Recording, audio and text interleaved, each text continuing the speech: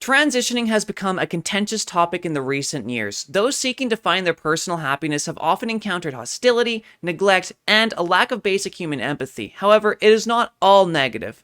Allow me to clarify that this video will present a realistic perspective, highlighting both the positive and negative aspects of this transformative process. This is not a video intended to provide a definitive answer, but rather to offer insight that may assist you in determining your own stance. Let us begin by discussing the negatives. Transitioning can often be a source of conflict for many individuals. The process of hormone therapy can bring about significant changes to one's physical and mental state, which can be taxing. Unfortunately, some trans individuals may also face opposition from family, friends, and their broader social environment. The current climate for many trans women is fraught with challenges. We simply wish to go about our daily lives, but are hindered by the far right and far left.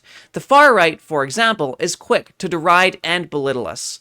Meanwhile, the far left, in its approach to the LGBTQ+ community as a whole, is often guilty of gatekeeping or acting as a vocal minority on platforms like Twitter, espousing problematic views. The reality is that most of our vocal detractors are often the least representative of our community, and their tendency to express hateful sentiments towards cisgendered individual only serves to exasperate existing issues. Dysphoria is also a difficult and ongoing struggle, which there is no end-all cure to.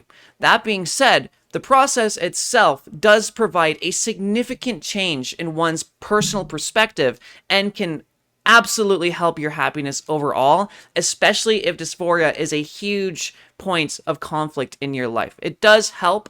I'm not going to say that it will be the cure, okay? I don't think that there is a cure, but there is this path that can help you a lot. The truth is, despite agendas pushed by the far right, where they have bloated statistics out of proportion and have been completely misrepresentative of the actual numbers and those that are happy with their transition versus those that aren't, is honestly quite heartbreaking to see. But it is just that. It is just an agenda. Most trans individuals are happy for having undergone this process.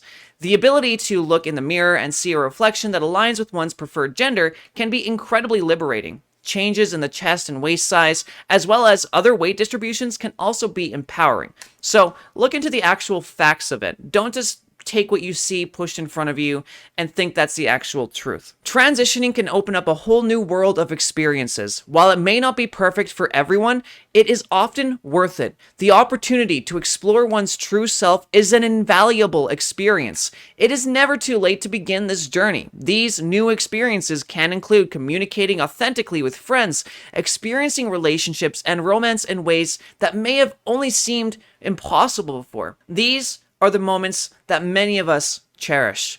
Like a prospector searching for gold, these experiences are the reward for sifting through the dirt. Although the process may be messy, it is the gold that we ultimately value. It is important to note that transitioning is not without uncertainties. There are general timelines for specific changes, but ultimately, no one can tell you what is right for you. This means eliminating the opinions of friends and family from the equation. Do not feel pressured to make the change, but do not feel afraid to make the change if it will ultimately bring you happiness. In my personal experience, I've gone through a lot of pain, a lot of growth, and a lot of tears, of course, but the fact of the matter is, I would not go back, despite being in what some might look at my circumstances as unfortunate, especially in comparison to what I used to be at. I am much happier where I am now. I 100% am. I'm happier to be alone, although I have had relationships. I prefer being by myself most times. I have found this amazing ability to communicate to people that I just never knew was possible. It's like living your entire life as a person that you're not, is as though you're in a cage. And all of a sudden, you have the ability to reach out and interact with people authentically. It is one of the most incredible experiences because I've always had to put on this persona. I've always had to be fake. I didn't know how to present myself in a world that I was supposed to be something I wasn't. Now, my experience, I think, is quite common for most.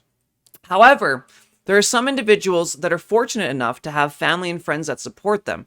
And if that's a point of which that you're concerned about, always remember that things take time. if you're going to come out to family or friends, this is important. Make sure that you address the situation, but don't be too pushy with it, okay? Because there is emotions on their side just as much as there is emotions on our side. The worst thing you want to do is start this off with an argument and try and push new terms and identifiers on them if they're not comfortable with it. Now, that being said, the goal is to get those identifiers down the road and the new terms and the new names, but if they're not comfortable with that, you need to understand that the best thing for you to do is to win their understanding and respect for the situation. Because if you can get that first battle as a W, down the road, that's when you can get the new name. That's when you can get the new identifiers. And it's going to be a lot easier.